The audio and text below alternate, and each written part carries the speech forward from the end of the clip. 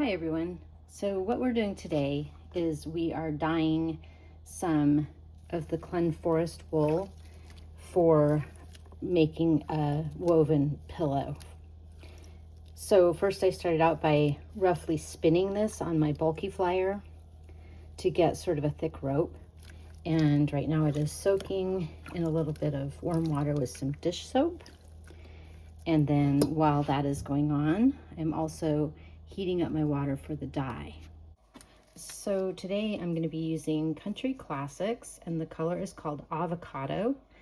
And I did some autumn a few days ago. I'm thinking that the nice kind of orange and muted green will have a kind of a cool retro vibe. And this is what I mix my dye in with. It's hot water when I'm getting ready to prepare the dye to put into the dye. So normally I would want to be doing this outside. However, because it is northern Idaho in the winter, we're doing it inside. So I got my door open for ventilation, and I think we are just about ready to make our dye solution. I have on my safety gear here, gloves, and also I really like these Farmer's Defense sleeves. I use them for making soap also. So we are going to dip a little bit of water out, and then we're going to put our dye in. We're dyeing about almost a pound of wool today. So I am going to be needing about half the jar, 8 teaspoons.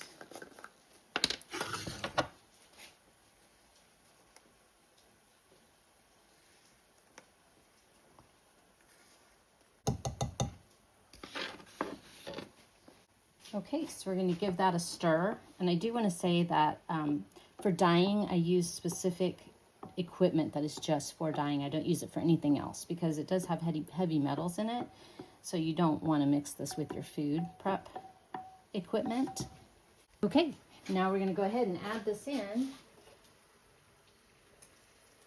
to our dye pot. Give that a quick stir. Okay, so the next step is to get as much liquid as possible out of your wool, your fiber, before putting it into the dye pot. So I'm just going to be squeezing as much of the water as I can out here in the sink, and then this will go right into the dye pot as soon as I have done that. Okay, last bunch going in. Push that down with our spoon. It's interesting, I'm getting some very different colors, some dark blue and some really green, so this will be pretty fun to incorporate. So this needs to sit at just right at a simmer for 30 minutes. So we're going to set a timer and we'll be back.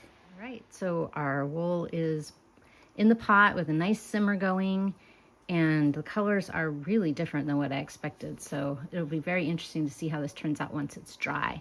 We have about 15 more minutes, so when it's done, I will bring you along with the rest of the process. Okay, so this was in the dye water for 30 minutes at just under a boil, kind of a simmer. And then it cooled down, and once it cooled down enough that I could actually handle it, then I took it out and I wrung out as much of the dye water as possible. And now it is just here in this warm water with about a tablespoon of vinegar in it to help lock the dye in. And I will continue to rinse this until the water runs clear. It's pretty close already. And then I will put it on the dry rack, and I'll show you the finished product tomorrow. Here's the final product on the drying rack. I'm actually really happy with the color. It has a lot more blue in it than I expected. So now I think I'm going to make some navy to accent it in the pillow that I'm thinking of. And it got a little felted. I was a little rougher with it than I normally would have been, but I kind of wanted it to hold together anyway, so felting was a good option for that. If I was wanting to spin this, I wouldn't be able to. It's felted too much for that, but it's perfect for what I want it for. So stay tuned for the pillow finale.